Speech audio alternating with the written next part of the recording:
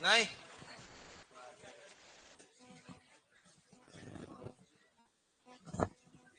चलो लास्ट में क्या पढ़ रहे थे बताओ।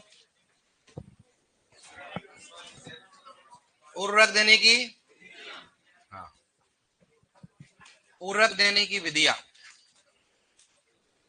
ठीक है,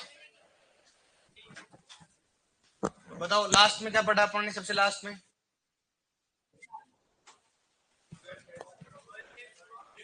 है, हाँ, चलो अपने सो अपन ने टॉप ड्रेसिंग क्या होता है, खड़ी फसल में एक समान रूप से उर्वरक को छिड़क कर देना। ब्रॉडकास्टिंग क्या होती है, छिड़क कर देना, क्या देना, छिड़क कर देना। भारत में कौन सी प्रयोग की जाती है, दलहनी फसलों में स्टार्टर डोज कितनी होती है, परिभाषा क्या होती है स्टार्टर डोज की, दलहनी फसलों में बुआई के समय दी जाने वाली एनपीके की क्या बोलेंगे उसको, स्टार्टर डोज। बेसल डोज में कौन से उर्वरकों का उपयोग करते हैं, फॉस्फोरस व पोटेशियम युक्त उर्वरक। ठीक है, नेक्स्ट बात करते हैं कौन सा, टॉप ड्रेसिंग। टॉप ड्रेसिंग मुख्यतः कौन से उर्वरक का उपयोग करते हैं, कौन सा होता है, और वहां हिल प्लेसमेंट क्या होता है, पौधे के पास में देना, पौधे क्या देना बताओ, पास। फर्टिगेशन क्या होता है, सिंचाई के साथ। सीड कम फर्टिलाइजर में किसकी बुआई की जाती है, 20+ खाद नहीं उर्वरक, 20+ कौन सा होता है, और सीड ड्रिल में ओनली केवल किसकी बुआई जाती है। चलिए अपने सॉइल टेस्ट क्रॉप रेस्पॉन्स में कैसे उर्वरकों को दिया जाता है, मृदा का परीक्षण करने के बाद उसमें पौधे में उर्वरक दिया जाता है। अब किसकी बात करें बताओ, नेक्स्ट कौन से नंबर की बताओ, है 13, ये ड्रिस किसकी बात करेंगे, DRIS, इसका बात है ड्रिस विधि। ठीक है, इसका डायग्नोसिस कौन सा हो गया, डायग्नोसिस कौन सा हो गया, diagnosis recommendation, diagnosis recommendation integrated system, लिखो इसको इंटीग्रेटेड सिस्टम, इंटीग्रेटेड सिस्टम। डिस का मतलब क्या होता है, diagnosis recommendation integrated system, DRIS। डिस विधि में क्या होगा, diagnosis recommendation integrated system.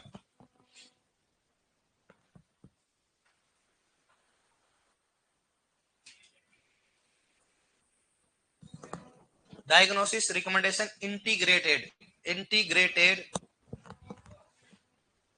System, diagnosis recommendation integrated, integrated system, diagnosis recommendation integrated system, diagnosis recommendation integrated system, diagnosis recommendation integrated system. ठीक है डियर, अब देखो इसमें डिश में क्या करते हैं, इसमें पौधे का परीक्षण करते हैं, किसके बताओ, उसमें पौधे का परीक्षण करते हैं। मतलब उसमें तो किसका करते हैं बताओ, मर्दा का। इसमें किसमें करेंगे बताओ, पौधे का। जैसे मान लो कि पौधे का परीक्षण, जैसे पत्तियां पीली क्यों पड़ रही है या क्यों नहीं हो रही है, तो क्या करेंगे, पौधे की पत्तियों क्या किया जाता है, परीक्षण किया जाता है। और पौधे में जब परीक्षण कर ले, वही बात है, ब्लड चेक कराने के बाद सब रोगों का मालूम चल जाएगा। एक तो क्या करे, उसको देखकर पता लगाना, और एक क्या करना, उसका चेक करवाना, ब्लड से चेक करने सब कुछ बीमारी मालूम चल जाता है। इसलिए पौधे की पत्तियों क्या किया जाता है, चेक किया जाता है, उसको एनालाइज किया जाता है लैब में ले जाके, तो वहां पर सभी पोषक तत्वों का मालूम चल जाएगा, कौन सा पोषक नंबर क्या है, कमी है, कौन सा ज्यादा होता है।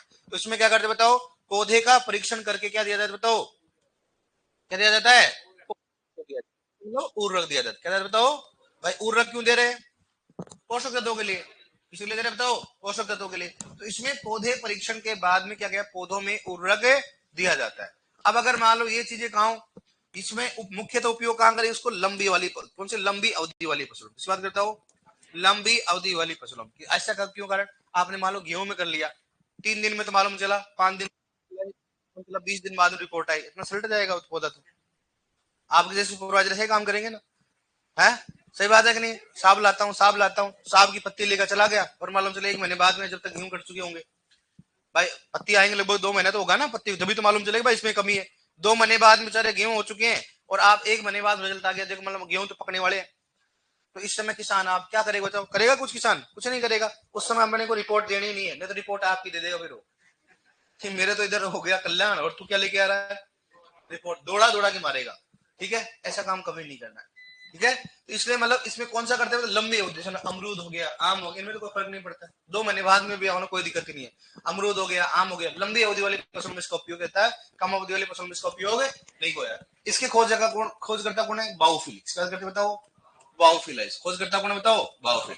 पहला क्वेश्चन पूछेगा, ड्रिस के खोजकर्ता कौन है? दूसरा, ड्रिस में विधि में क्या किया जाता है बताओ? पौधे के परीक्षण के आधार पर उर्वरक या पोषक तत्वों का निर्धारण किया जाता है। ठीक है, नेक्स्ट बात करते हैं पर्णीय छिड़काव। इसके बाद बताओ पर्णीय छिड़काव। इसके बाद बताओ पर्णीय छिड़काव। पर्णीय छिड़काव की बात करते हैं, मतलब पौधों पर क्या करना, उसको छिड़काव करना। पर्णीय छिड़काव की बात करते हैं तो पर्णीय छिड़काव में मुख्यतः किसका किया जाता है बताओ? नाइट्रोजन व सूक्ष्म पोषक। इस बात करते हैं नाइट्रोजन व सूक्ष्म पोषक तत्वों का उपयोग किया जाता है। नाइट्रोजन व सूक्ष्म पोषक तत्वों का इसमें उपयोग किया जाता है। नाइट्रोजन की बात करते हैं, नाइट्रोजन और सूक्ष्म पोषक तत्व इसमें उपयोग किया जाता है। ठीक है, अब देखो यहां नाइट्रोजन में कौन सा किया जाता है? यूरिया। और मैंने बताया यूरिया में कितना लिया था सांद्रता बताओ? 2%। कितना लेंगे बताओ? 2%। यूरिया की पर्णीय छिड़काव के लिए सांद्रता कितनी होती बताओ? 2% लेते हैं। और सूक्ष्म पोषक सांद्रता के लिए कितना लेते बताओ? 0.5%। इसलिए पढ़ा होगा अपने पोषक तत्व में, जिंक में देखा हो आप, जिंक पढ़ा कि नहीं पढ़ा पढ़ने? क्या पढ़ा पढ़ने बताओ?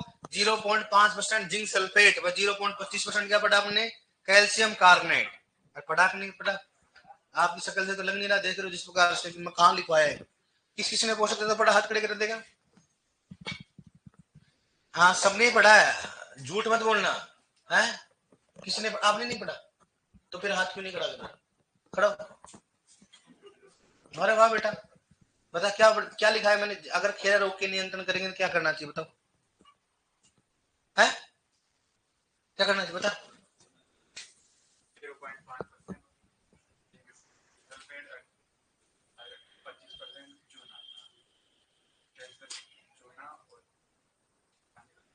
अच्छा, और किलो किलो में बताया था मैंने आपको कितना कितना था?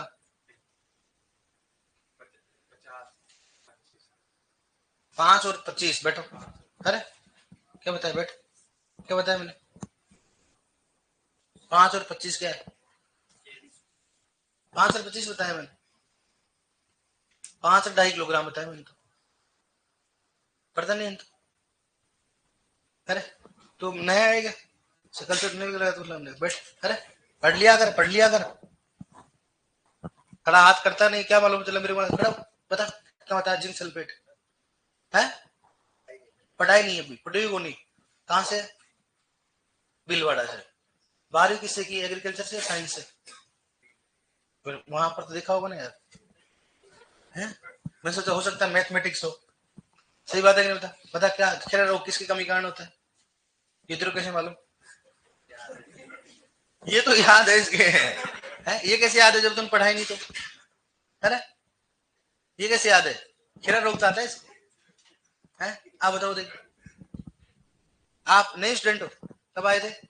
आज ही आए, कोई बात नहीं। बताओ आप, बताओ खेरा रोग किसके कारण होता है? नाइट्रोजन की कमी। 12th कब की थी आपने? 18 में? तो आपने बीएच में बीएससी नहीं किया आपने? बीएससी कहां से की? कॉलेज जाते थे कि नहीं जानते थे? पक्की बात है? तो बताओ खेरा रोग किसकी कमी के कारण होता है? जिंक की कमी के कारण। किस कारण होता है? जिंक। बैठो। आप बीएससी वाले हो, है ना?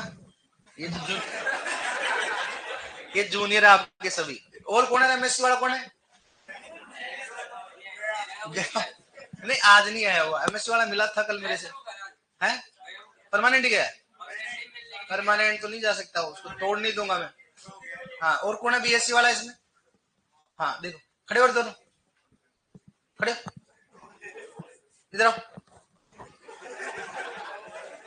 ये बॉस है ना यार, आपके तो बॉस ही हो गए। लड़कियों को बोलते हैं मिस बॉस और छोरों क्या बोलते हैं? बॉस। ये आपके तो बॉस ही है भाई, आप तो 12th पास हो। इधर और भाई बॉस का देखो लेवल। ओए आवाज नहीं। बीएससी कहां से की? झालावाड़ से। आपने कहां से की? आप जानते हो उनको? कब आया था आपका एडमिशन? आज ही? आपका एडमिशन कब है? भाई बहनों, क्लासमेट हो तो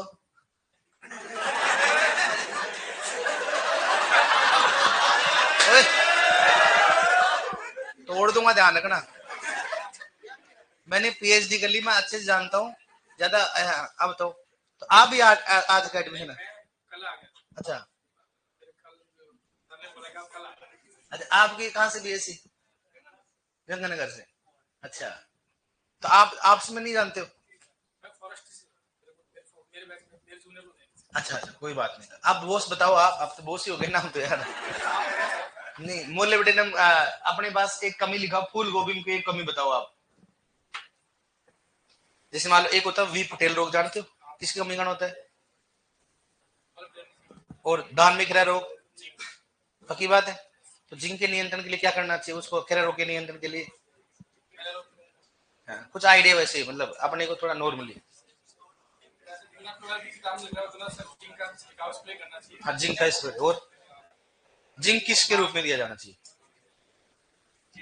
जिंक कैल्शियम कार्बोनेट या जिंक कार्बोनेट या जिंक सल्फेट या कैसे है? कितना देना चाहिए?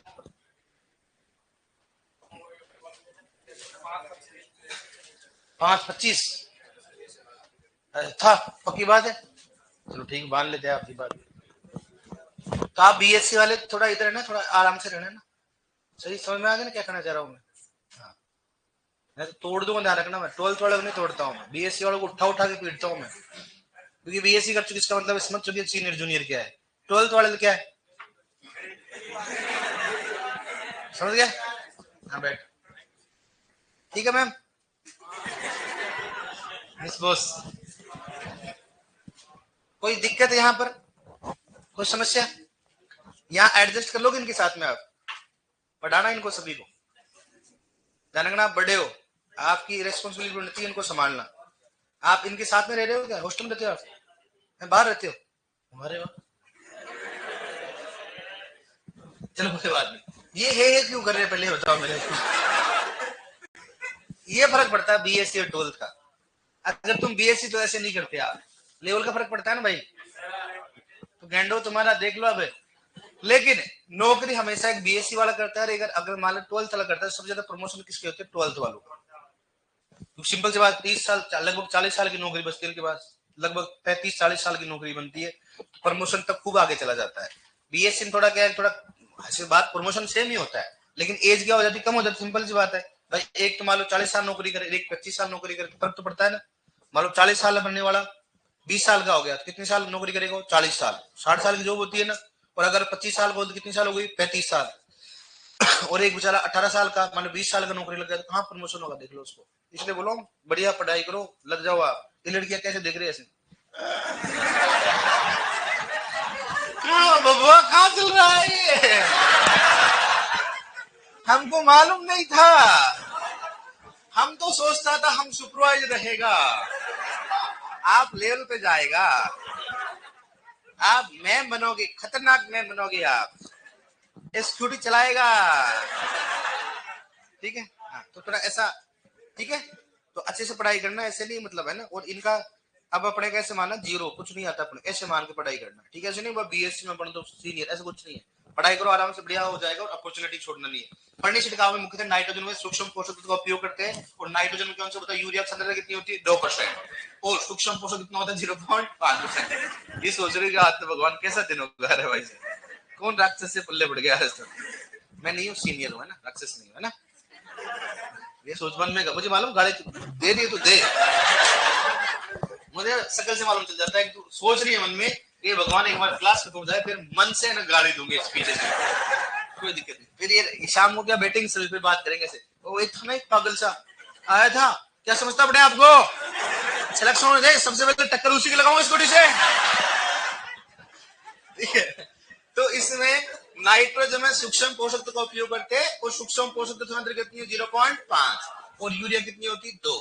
दोनों क्वेश्चन पूछे गए कि बताओ पढ़ने छिड़काव के लिए सूक्ष्म पोषक तत्व की सांद्रता कितनी होती है, और पढ़ने छिड़काव के लिए यूरिया की सांद्रता कितनी होती है? 2%। मतलब अगर आपको खड़ी फसल में नाइट्रोजन कमी होती है तो यहाँ क्या कर सकते हो, यूरिया का स्प्रे कर सकते हो। कितना % कर सकते हो, 2%। समझ में आ गया तक? हाँ, इसलिए इनको अपन पड़नी छिड़काव किसके लिए उपयुक्त माना जाता है, शुष्क क्षेत्रों के लिए। हाँ माना जाता है उसको, शुष्क क्षेत्रों के लिए भी बहुत अच्छा माना जाता है। क्योंकि शुष्क क्षेत्रों के लिए क्यों माना जाता है, शुष्क क्षेत्रों में पानी रहता नहीं मृदा में। अगर आपने उर्वरक का उपयोग किया, ऑलरेडी पानी मृदा है नहीं मान लो उसमें, तो बताओ उर्वरक का कैसे होगा अपघटन वहां पर।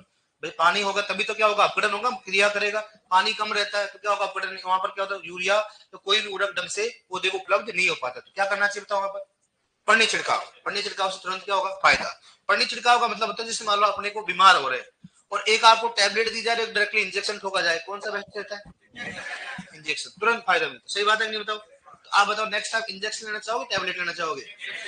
टैबलेट लेना है, इंजेक्शन नहीं लेना होता है, लास्ट में लेना होता है जब कोई उपचार नहीं होता है। हमारे बेटा मतलब आपको तुरंत फायदा चाहिए है, तो आपको तुरंत फायदा चाहिए। दो आपको देखो, अगर आपको सिलेक्शन लेना है तो आपको डेली डेली आपको पिटाई खानी पड़ेगी, और सिलेक्शन अगर आपके हिसाब से लेना चाहे तो पिटाई नहीं खानी पड़ेगी। तो कौन सा क्या करना पड़ेगा, भाई साहब खतरनाक है। लड़कियां रोने का नहीं है, फिर ठीक है, यहाँ पर शेड नहीं है, पढ़ लेना चुपचाप। मैंने टेस्ट में पहले बोल दिया खतरनाक पेपर आएगा, सुन लेना, मैं पहले बोल रहा हूँ, फिर रोने का नहीं है। इधर लिखो आप, लिखो इसमें खोज करता कौन है बताओ, बाउफिल। लिखो खोज करता इसमें बाउफिल, बाउफिल। लिखो कौन सा बताओ, बाउफिल। खोज करता कौन है बताओ, बाउफिल। खोज करता कौन है बताओ, बाउफिल। ठीक है, खोज करता कौन है बताओ, बाउफिल।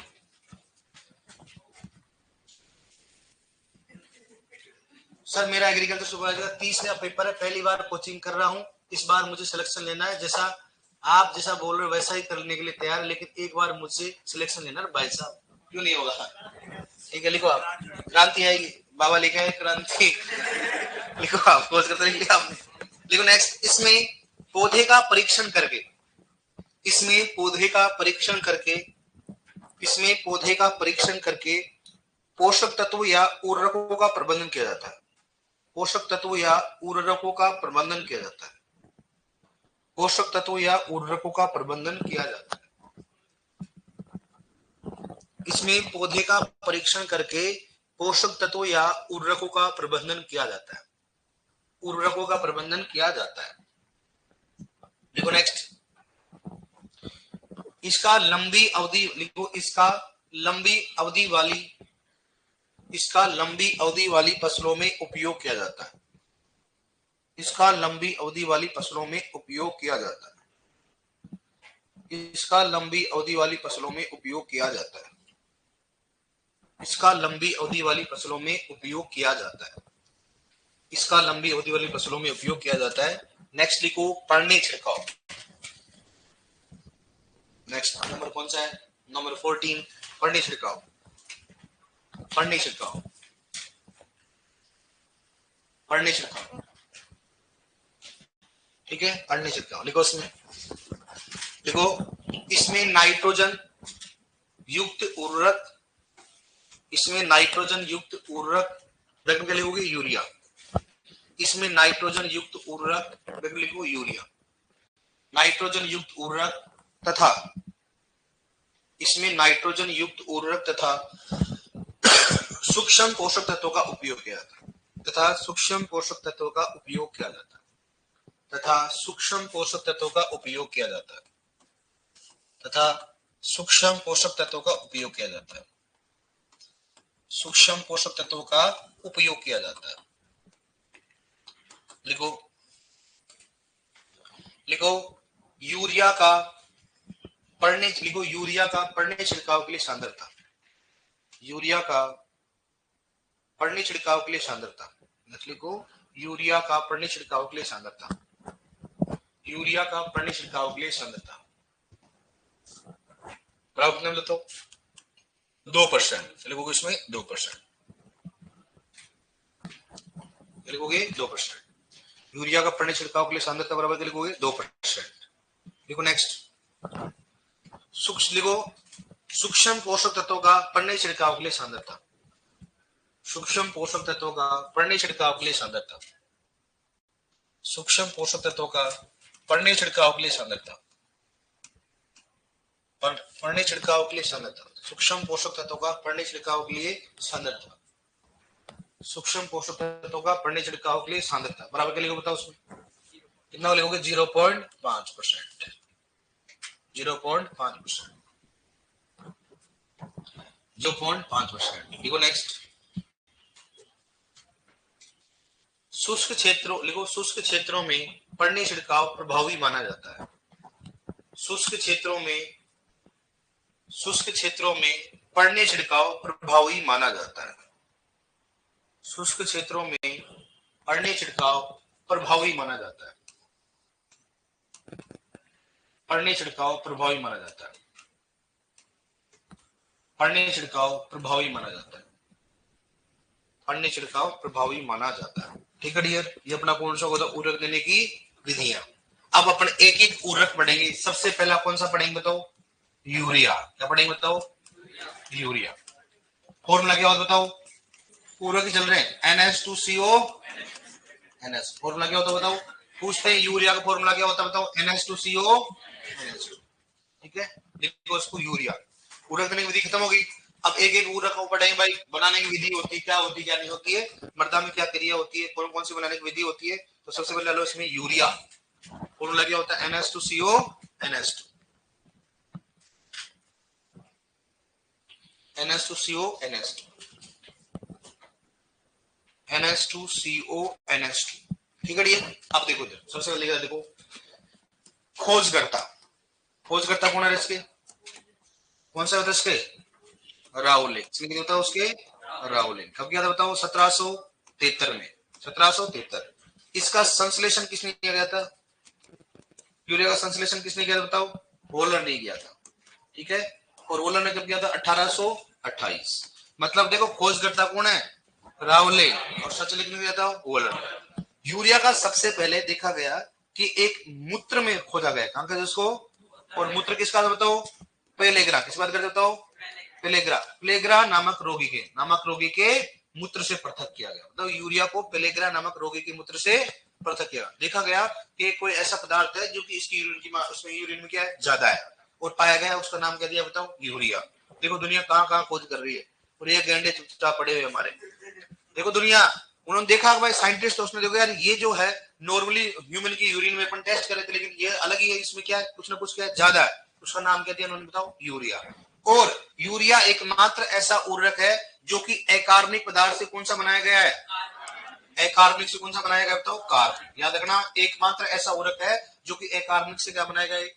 कार्बनिक बनाया गया। ये अकार्बनिक पदार्थ कौन सा बताओ? Ammonium cyanate. क्या नाम उसको बताओ? अमोनियम कौन सा हो गया? साइनेट। अमोनियम कौन सा हो गया? साइनेट। मतलब अकार्बनिक पदार्थ से कौन सा बनाया गया? कार्बनिक बनाया। मतलब ये एकमात्र ऐसा उर्वरक है जो कि अकार्बनिक से क्या बनाया गया? कार्बनिक। किसके मूत्र से ग्रहण किया गया इसको? पेलेग्रा नामक रोगी के मूत्र से ग्रहण किया। ठीक है, अब सुनो, यूरिया सबने देखा होगा आपने। तो यूरिया अगर मान लो, सबसे पहले बात करें, अम्ल तुल्यांक क्षार तुल्यांक होता है इसका, है अम्ल या क्षार? अम्ल होता है। इसलिए इसकी प्रकृति कैसी होती है? लगातार उपयोग करने से मृदा अम्लीय हो जाती। और इसकी प्रकृति कौन सी होती है? आर्द्रता ग्राही। कौन सी होता हो? आर्द्रता ग्राही प्रकृति। आर्द्रता ग्राही प्रकृति मतलब क्या होता है? जैसे नमक देखा आपने, नमक बारिश के दिनों में नमक क्या हो जाता है बताओ? सीम जाता है, उसको बोलते हैं आर्द्रता ग्राही। क्या बोलते हैं इसको? तो यूरिया को कट्टे को देखो खोल कर छोड़ दो, आप क्या हो जाएगा बताओ? सीमा हो जाता है, डेले बन जाते हैं। बनते कि नहीं बनते? तो इसमें क्या होता है? आर्द्रता ग्राही प्रकृति का होता है। और सबसे ज्यादा कौन सा होता है? Ammonium nitrate. कौन सा होता है? हाँ, अमोनियम नाइट्रेट सबसे ज्यादा होता है। और अगर अमोनियम नाइट्रेट नहीं हो तो कौन सा करोगे आप? यूरिया। कौन सा करोगे? यूरिया। और कम कौन सा होता है? डीएपी। कौन सा होता है? डीएपी। देखते नहीं देखो, अब कई बार अगर आपको याद है तो अपन डीएपी को ऐसे लेके ऐसे फूंक मारते थे। मारते कि नहीं मारते थे? वो पता करते थे, अपने को नहीं मालूम क्यों मारते थे, लेकिन आप मारते थे कि नहीं मारते थे? हाँ, यूरिया को वैसे करते थे, लेकिन यूरिया क्या हो जाता था? पिघल जाता था। तो पहले के आदमी पता करते थे भाई ये यूरिया खराब है, डीएपी खराब, वो पता करने का तरीका था। लेकिन अपन सोचते थे मजा आता, अपने अच्छा मजा आ रहा है वो पता करने के लिए। आपने कभी देखा लड़कियां कहाँ जाती है? आपने कभी देखा आराम से घर पे बर्तन वगैरह मांजने में व्यस्त रहती थी। सही बात है कि नहीं है? हाँ, वैसे मान लो कभी जैसे मान लड़के होते हैं रात को पानी पानी भी करते हैं ना। सही बात है कि नहीं? लड़कियां नहीं करती, जैसे मान लो हमारी सिस्टर वगैरह नहीं करती। क्यों नहीं करती है? रात डर लगता है, सही बात है कि नहीं? अब लड़कों को किससे डर लगता है? कोई लड़कों को डर ही नहीं लगता है। भूत, अरे दादा भूत। कहाँ है? तुम खुद ही भूत हो, तुम्हारे पास कौन आएगा रे? है? हाँ, इसलिए मैं लड़कियों का हमेशा बोलता हूँ थोड़ा ये फालतू में कुछ भी ऐसी चीज मत लगाया करो। यहाँ चौराहे पड़ते चार और पड़ गए ना भूतनी एक बार पीछे, तो इधर करते रहे सुपरवाइजर तैयारी, है लड्डू खाऊंगी। घर वाले बोला यार इसको भेजा तो था पढ़ने के लिए, लाडू क्यों खा रही है? ध्यान रखना, चौराहे पड़ते हैं चार, हिसाब से चला करो, ध्यान रखना। उधर क्या मालूम चला उधर मिठाई खा रही है, उधर मालूम को पीछे हो गया तो फिर बाद में ऐसे करोगे भूतनी पीछे लग जाएगी। इनकी तो कोई टेंशन नहीं, ये तो चाहते ही कोई मेरी भूतनी आएगी। इनके भूत और भूतनी चार कोस दूर होती है, बेरोजगार क्या करूंगा इसका, खुद ही 3 दिन में एक बार रोटी खाता टंकी, इसके मैं और भूखा मरूंगा कि तू जा दादा, कोई नहीं कुछ नहीं करेंगे आपका। इसलिए इनके भूत तो क्या, भूतनी तो आस पास नहीं आती इनके, और गलती से आता तो कोई भूत ही आता, वो भी कोई बेवड़ा टाइप आदमी आता है।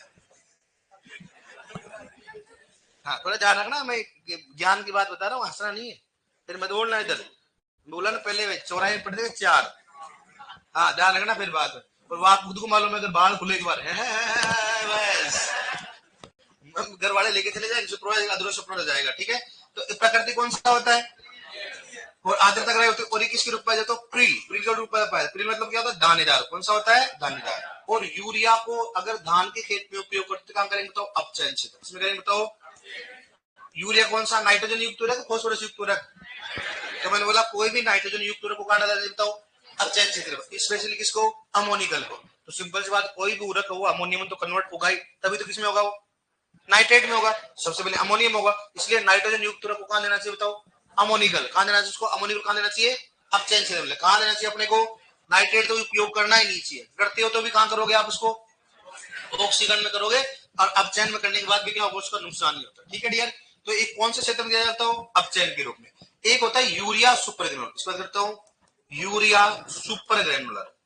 सुपर कौन सा हो गया? ग्रेनुलर। ठीक है, यूरिया सुपर ग्रेनुलर कितना? 1 ग्राम।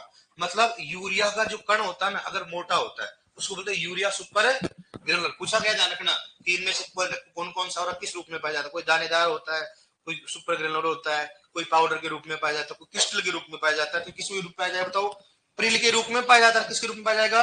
Urea super. मतलब इसके दाने क्या होते हैं? मोटे होते हैं, और दाने मोटे क्या बोलते हैं? यूरिया सुपर ग्रेनुलर कहा जाता है। ये कितने ग्राम को बताओ? 1 ग्राम का। अब मैं बोलूं अगर मान लो यूरिया को मृदा में डाला जाए, इसके बाद यूरिया को मृदा में डाला जाए तो उसमें क्या क्या क्रिया होगी वो बात करते हैं। एक बार इसको लिखो भैया। हाँ सर, लड़कियों तो लड़कों भी नहीं बोल सकती है, अकेले में ही मिल। क्या बोल रहे हैं गंडे? ओ गंडे देखो, खोज करता, लिखो खोज कर, यूरिया खोज करता कौन? लिखो रावली 1713। और संश्लेषण किसने किया बताओ? वॉलर ने 1828। खोज करता कौन बताओ? रावली 1773। और संश्लेषण किसने किया था बताओ? वॉलर। कब किया था? 1828। 1828। 1828। 1828 लिख लिया? लिखो लिखो लिखो, यूरिया को वॉलर 1828 लिख लो। यूरिया को पेलेग्रा, लिखो यूरिया को, लिखो लिखो, खोज करता कौन है बताओ? रावले। संश्लेषण किया था वॉलर। कब किया था? 1828। लिखो, यूरिया को पेलेग्रा नामक रोगी के मूत्र से, यूरिया को पेलेग्रा नामक रोगी के मूत्र से पृथक किया गया। पेलेग्रा नामक रोगी के मूत्र से पृथक किया गया। पेलेग्रा नामक रोगी के मूत्र से पृथक किया गया। पेलेग्रा नामक रोगी के मूत्र से पृथक किया गया। ठीक है, लिखो नेक्स्ट। यह है पेलेग्रा नामक रोगी के मूत्र से पृथक किया, लिख लिया आपने? लिखो नेक्स्ट। यह है अकार्बनिक पदार्थ से, यह अकार्बनिक पदार्थ से, यह अकार्बनिक पदार्थ से, क्या लिखोगे बताओ? अमोनियम साइनेट। फॉर्मूला होता है NH4CNO। नहीं लिखवा रहा हूं, पूछेगा नहीं पड़ेगा ना। लिखो, यह अकार्बनिक पदार्थ से, क्या लिखोगे? Ammonium cyanate. क्या लिखोगे? अमोनियम साइनेट। अमोनियम कौन सा हो गया? अमोनियम साइनेट ब्रैकेट में ना। अकार्बनिक पदार्थ से कार्बनिक उर्वरक बनाया गया। अकार्बनिक पदार्थ से कार्बनिक उर्वरक बनाया गया, कार्बनिक उर्वरक बनाया गया, कार्बनिक उर्वरक बनाया गया, कार्बनिक उर्वरक बनाया गया। लिखो नेक्स्ट, लिखो यूरिया का लगातार उपयोग करने से मृदा अम्लीय हो जाती है।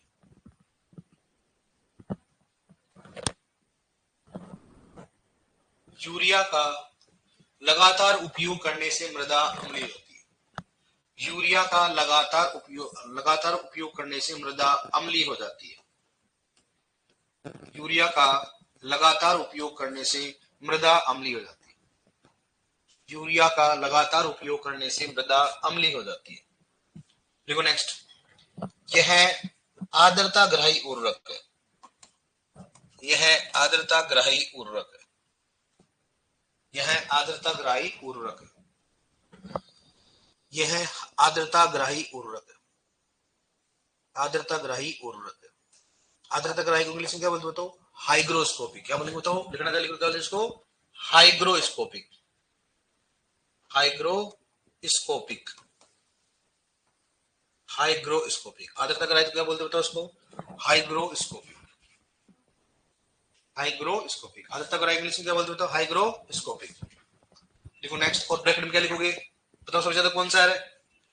Ammonium cyanide. कौन सा? Ammonium nitrate. उसके बाद कौन सा होगा? यूरिया। ऐसे लिखो ब्रैकेट में आगे। हो इसके आगे आर्द्रता ग्राही उर्वरक है ना, उसके नीचे लिख लो भाई सबसे ज्यादा कौन सा बताओ? Ammonium nitrate. अमोनियम नाइट्रेट में तो कौन सा होगा? यूरिया। समझ गए ना इसका मतलब? आगे पढ़ाएंगे हम अमोनियम नाइट्रेट पढ़ाएंगे तो और लिखाएंगे सबसे अधिक कौन सा होता है? Ammonium nitrate.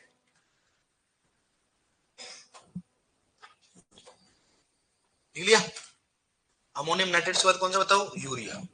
लिखो नेक्स्ट, नोट डाल के लिखो, लिखो लिखो सबसे कम आर्द्रता ग्राही उर्वरक, सबसे कम आर्द्रता ग्राही उर्वरक, सबसे कम आर्द्रता ग्राही उर्वरक बराबर लिखो डीएपी। मतलब जो भी अपन पढ़ा रहे उनमें से ना, सबसे कम आर्द्रता ग्राही उर्वरक बराबर लिखो डीएपी।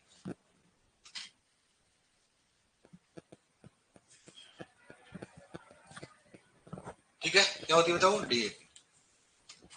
ये क्या लिख रखा था? रावोलेर। क्या लिख रखा था? पोलर। 1800, ये कौन? 1700। लिख लिया? देखो नेक्स्ट, देखो यूरिया प्रिल के रूप में पाया जाता है। देखो यूरिया प्रिल, यूरिया प्रिल के रूप में पाया जाता है, यूरिया प्रिल के रूप में पाया जाता है, यूरिया प्रिल के रूप में पाया जाता है, यूरिया प्रिल के रूप में पाया जाता है। ठीक है,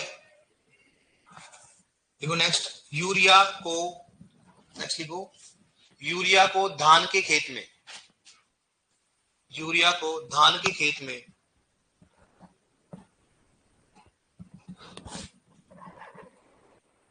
यूरिया को धान के खेत में अपचयन क्षेत्र में दिया जाता है।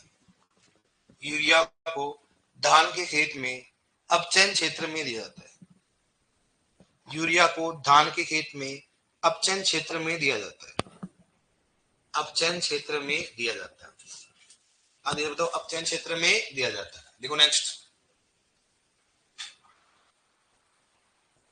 1 ग्राम यूरिया, लिखो ऐसे लिखो, यूरिया ऐसे लिखो, यूरिया सुपर ग्रेनुलर, लिखो यूरिया सुपर ग्रेनुलर बराबर लिखो 1 ग्राम, लिखो urea super granular, urea super granular,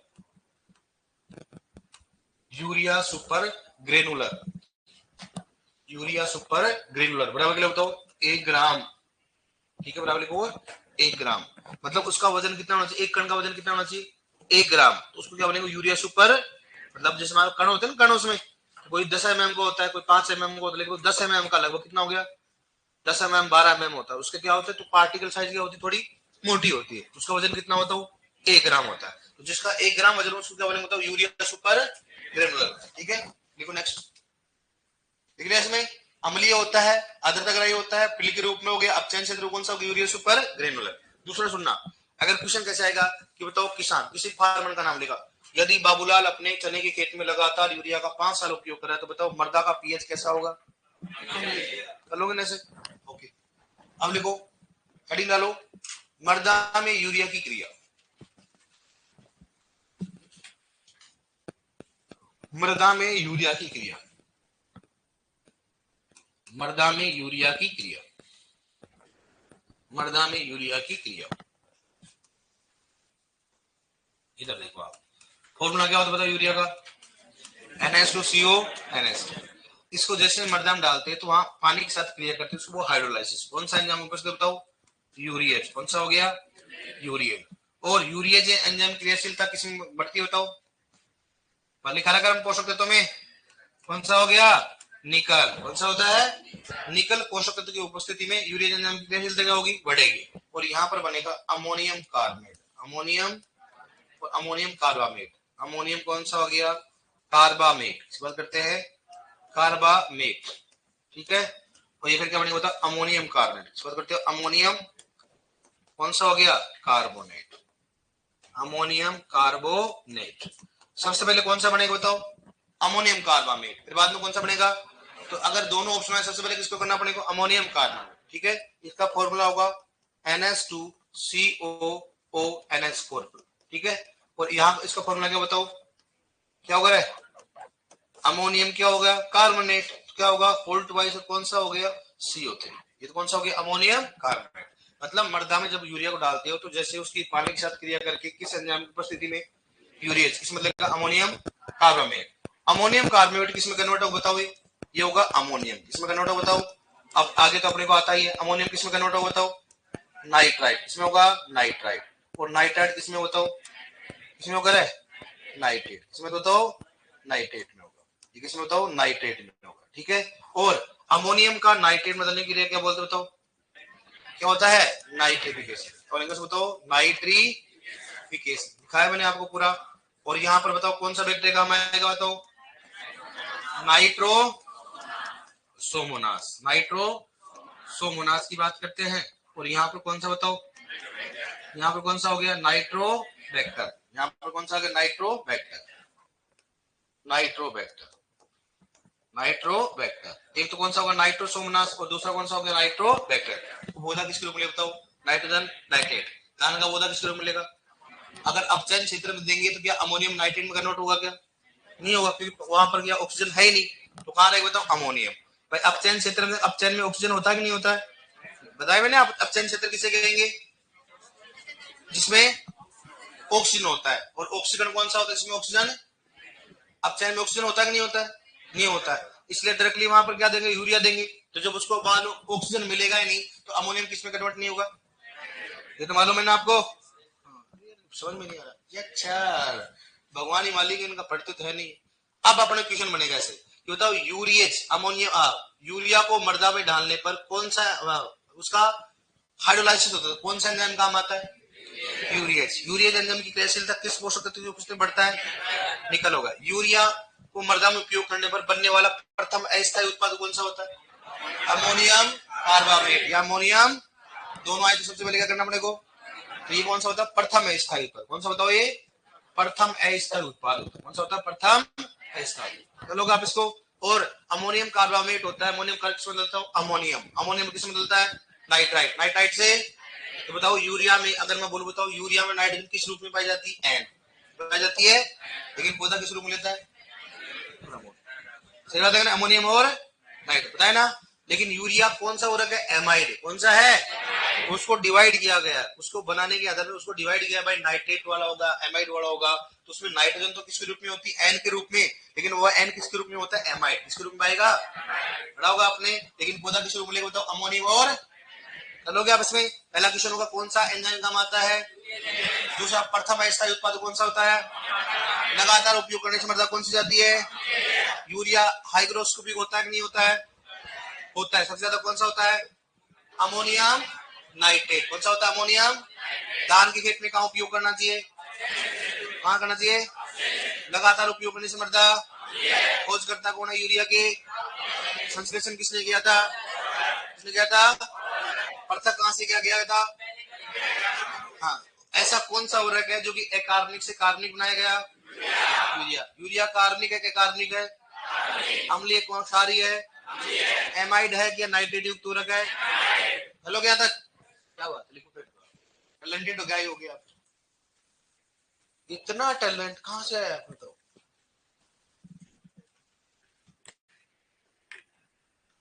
लिखो इसको, लिखो रिएक्शन को।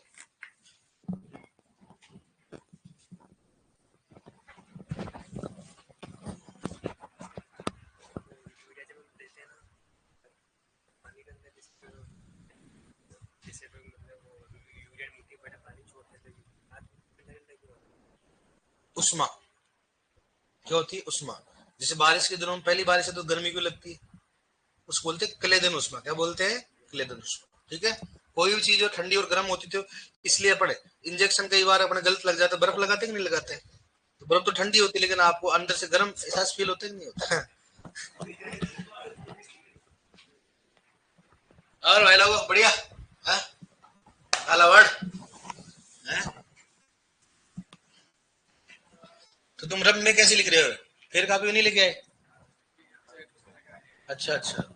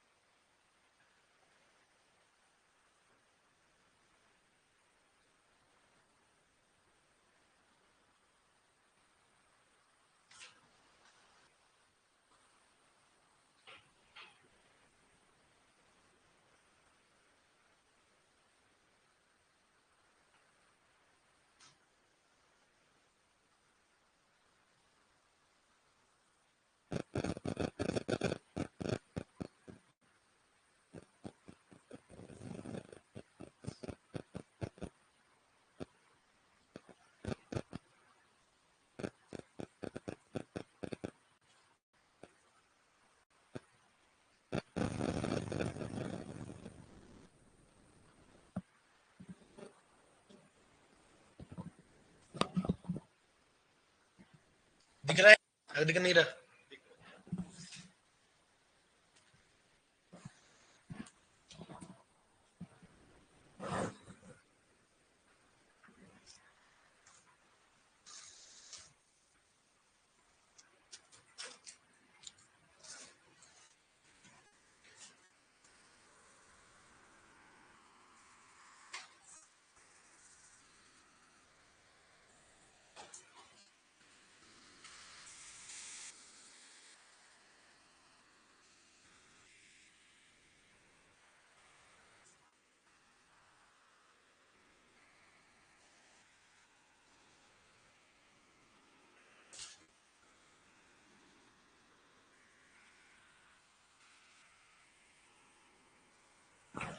डन।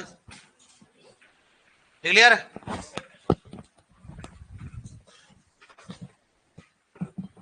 लिखो इसमें। लिख लिया सभी ने? लिखो लिखो। ये क्या लिख रहे बताओ? आगे वाले नहीं लिखे, पीछे वाले लिख लिए बताओ। अमोनियम कार्बामेट हो गया, अमोनियम कार्बोनेट हो गया, कौन सा? अमोनियम नाइट्राइट और नाइट्रेट हो गया। तो लिखाई अपन लिखा रखा है नाइट्रोसोमोनास नाइट्रो बैक्टर। इसको क्या बोलते? तो नाइट्री। देखो यूरिया को मृदा में डालने के बाद, देखो यूरिया को मृदा में उपयोग करने के बाद, यूरिया को मृदा में उपयोग करने के बाद, यूरिया को मृदा में उपयोग करने के बाद बनने वाला प्रथम अस्थायी उत्पाद, यूरिया को मृदा में उपयोग करने के बाद, उपयोग करने के बाद बनने वाला प्रथम अस्थायी उत्पाद, बनने वाला प्रथम अस्थायी उत्पाद बराबर के लिए बताओ कौन सा होता है? कौन सा होता है? Ammonium carbamate. और ये ऐसे लिख लो, मैंने लिखा है बराबर, लिख के ऐसे लिख लो अमोनियम कार्बामेट। अगर ये नहीं हो तो कौन सा होगा? Ammonium carbamate. Ammonium carbamate. इसका मतलब समझ गए ना? इसका मतलब क्या होता है? मतलब सबसे पहले इसको करना, अगर नहीं हो तो क्या करना पड़ेगा? इस वाले करना अमोनियम कार्बामेट। क्या करोगे? Ammonium carbonate. प्रथम बनने वाला अस्थायी उत्पाद बराबर कौन सा बताओ? Ammonium carbamate. या कौन सा होगा? Ammonium carbonate.